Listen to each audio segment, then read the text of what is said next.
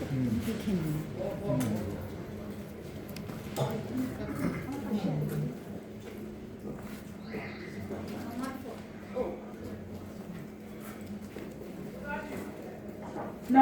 আমি শ্রাবস্তী।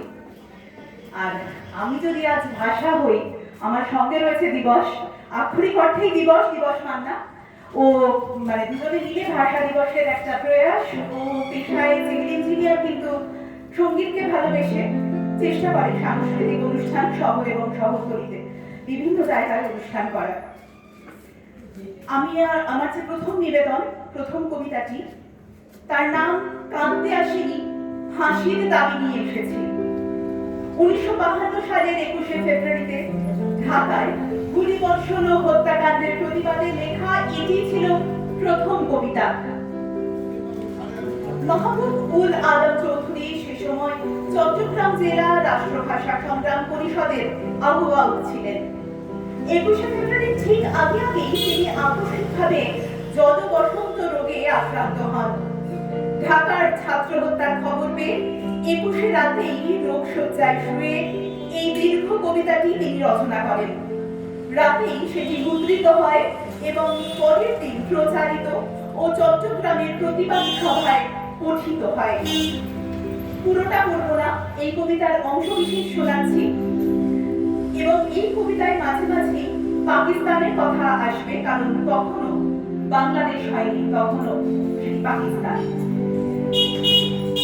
ওরা 40 জন কিংবা আরো বেশি, যারা প্রাণ দিয়েছে ওখানে রমনার রৌদ্রদগ্ধ কৃষ্ণচূড়া গাছের তলায়, ভাষার জন্য, মাতৃভাষার জন্য, বাংলার জন্য, যারা প্রাণ দিয়েছে ওখানে একটি দেশের মহান সংস্কৃতির মর্যাদার জন্য, আলাওলের ঐতিহ্য, রবীন্দ্রনাথ, কায়কোবাদ, নজরুলের সাহিত্য ও কবিতার জন্য, যারা প্রাণ দিয়েছে ওখানে পলাশপুরের মকবুল আহমেদের পুঁথির জন্য, রমেশ শীলের গাথার জন্য, জসিমউদ্দিনের সজনবাদিয়ার ঘাটের জন্য, যারা প্রাণ দিয়েছে ভাটিয়ালি, বাউল, কীর্তন, গজল, নজরুলের খাঁটি সোনার চেয়ে খাঁটি আমার দেশের মাটি, এই দুটি লাইনের জন্য, দেশের মাটির জন্য। রমনার মাঠের সেই মাটিতে কৃষ্ণচূড়ার অসংখ্য ছড়া পাপড়ির মতো 40টি তাজা প্রাণ, আর অঙ্কুরিত বীজের খোসার মধ্যে আমি দেখতে পাচ্ছি তাদের অসংখ্য কচি বুকের রক্ত। রামেশ্বর আব্দুল সালামের কচি বুকের রক্ত, বিশ্ববিদ্যালয়ের সবচেয়ে সেরা কোনো ছেলের বুকের রক্ত। আমি দেখতে পাচ্ছি তাদের প্রতিটি রক্তকণা রমনার সবুজ ঘাসের উপর আগুনের মতো জ্বলছে, জ্বলছে আর জ্বলছে। এক একটি হীরের টুকরোর মতো বিশ্ববিদ্যালয়ের সেরা 40টি রত্ন বেঁচে থাকলে যারা হতো পাকিস্তানের সবচেয়ে মূল্যবান সম্পদ, যাদের মধ্যে লিঙ্কন, রলা, আরব, আইনস্টাইন আশ্রয় পেয়েছিল, যাদের মধ্যে আশ্রয় পেয়েছিল শতাব্দীর সভ্যতার সবচেয়ে প্রগতিশীল কয়েকটি মতবাদ। সেই 40টি রত্ন যেখানে প্রাণ দিয়েছে, আমরা সেখানে কাঁদতে আসিনি। যারা গুলি ভর্তি রাইফেল নিয়ে এসেছিল ওখানে, যারা এসেছিল নির্দয়ভাবে হত্যা করার আদেশ নিয়ে, আমরা তাদের কাছে ভাষার জন্য আবেদন জানাতেও আসিনি আজ। আমরা এসেছি খুনি জালিমের ফাঁসির দাবি নিয়ে। আমরা জানি তাদের হত্যা করা হয়েছে, নির্দয়ভাবে ওদের গুলি করা হয়েছে। ওদের কারো নাম তোমারই মতো ওসমান, কারো বাবা তোমার বাবার মতো হয়তো কিরানি, কিংবা পূর্ব বাংলার নিভৃত কোনো গায়ে কারো বাবা মাটির মুখ থেকে সোনা ফলায়, হয়তো কারো বাবা কোনো সরকারি চাকরে, তোমারই আমারই মতো, যারা হয়তো আজকে বেঁচে থাকতে পারতো। আমারই মতো তাদের কোনো একজনের হয়তো বিয়ের দিনটি পর্যন্ত ধার্য হয়ে গিয়েছিল।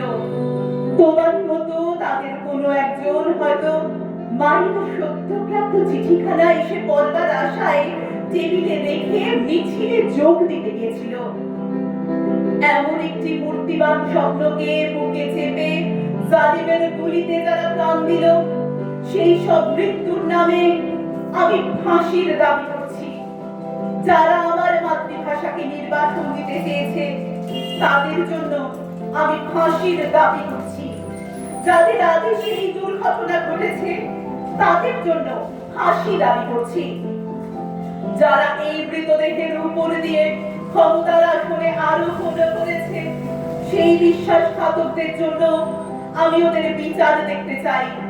খোলা ময়দানে সেই নির্দিষ্ট জায়গাতে শাস্তিপ্রাপ্তদের গুলিবিদ্ধ অবস্থায় আমার দেশের মানুষ দেখতে চায়।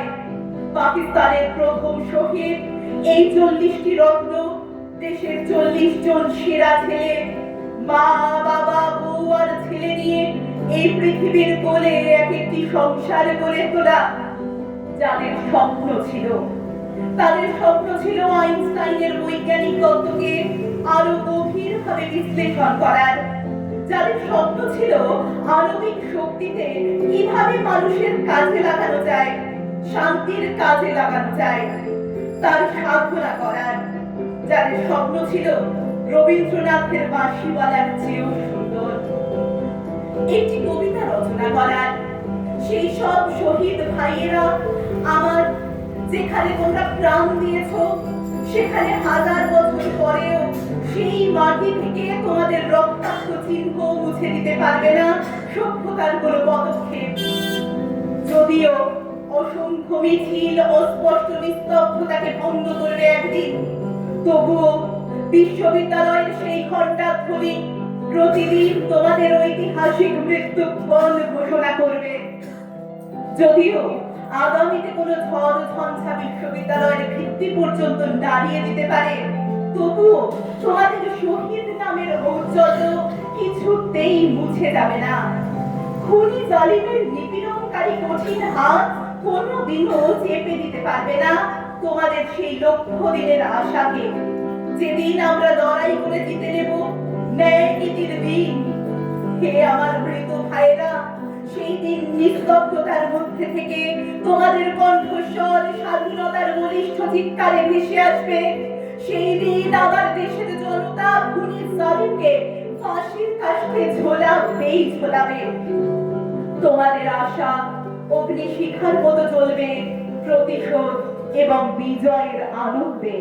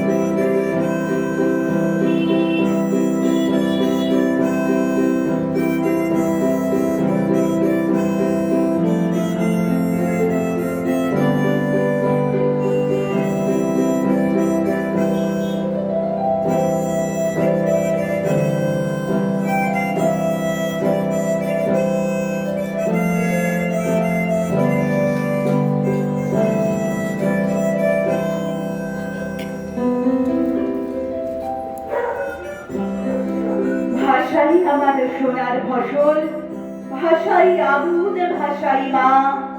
বাংলা ভাষার উঠোন ছেড়ে আমরা কোথাও যাচ্ছি না। ভাষার কাছেই হাত পেতেছি, আদর করে যাদের দিক। এই দুনিয়ায় সেই তো পারে লোকের মধ্যে অলৌকিক। তার জন্যেই মাইল ফলক হেঁটেছিলাম 21 বার।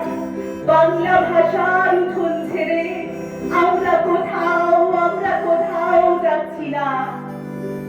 আসুক না হয় বিনোদ কিছু, লাগুক কথায় কথার টান, কিন্তু ভাষায় আঘাত এলে সেও আমাদের অসম্মান। অক্ষরে তাই তুমির ভরা নওগাঁ থেকে নালন্দা। বাংলা ভাষার উঠোন ছেড়ে আমরা কোথাও যাচ্ছি না। পাত পেরে তাই ভাত বেড়ে দিই আমার ভাষার সকলকে। আমার খিদে বাংলা বলে খিদের কোনো বানান নেই। এক পৃথিবীর বর্ণমালা, এই ঘর এই বারান্দা। বাংলা ভাষার উঠোন ছেড়ে আমরা কোথাও যাচ্ছি না।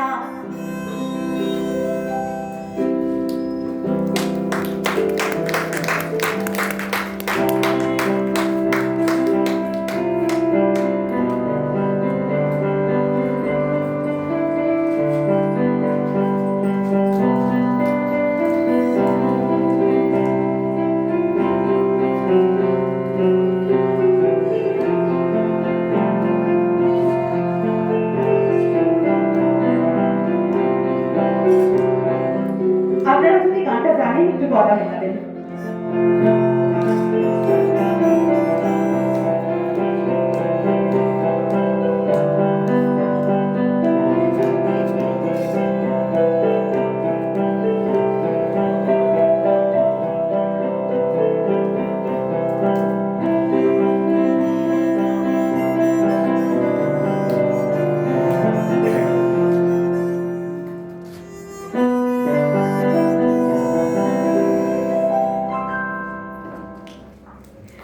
নমস্কার, মিলন শিশু ক্লাব কে জানাই আন্তরিক ধন্যবাদ।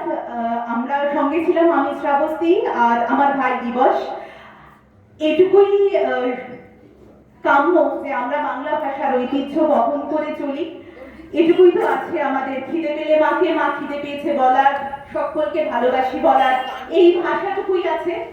আর আমাদের মায়ের রম্পা মান্না আপনারা সকলেই চেনেন। মার জন্যই হয়তো এই ভাষাটা, কারণ আমরা দুজনেই ইংরাজি মাধ্যমে পড়াশোনা করেছি, তারপরেও এই সংস্কৃতিটা বই নিয়ে চলছি। এবং ধন্যবাদ জানাই সকলকে, আপনাদের সকলেরই ব্যস্ত সময়ের মধ্যে এইটুকু সময় পাশে থাকার জন্য। এইটুকু অল্প সময়ের মধ্যে দিয়েই হয়তো এই সমস্ত সংস্কৃতিটা আমরা পরবর্তী প্রজন্ম অবধি পৌঁছে দিতে পারবো। ধন্যবাদ। ও কিন্তু শুরুতেই ওর ভাইয়ের পরিচয়টা দিয়েছে, ওর পরিচয়টা কিন্তু ও তখন দেয়নি।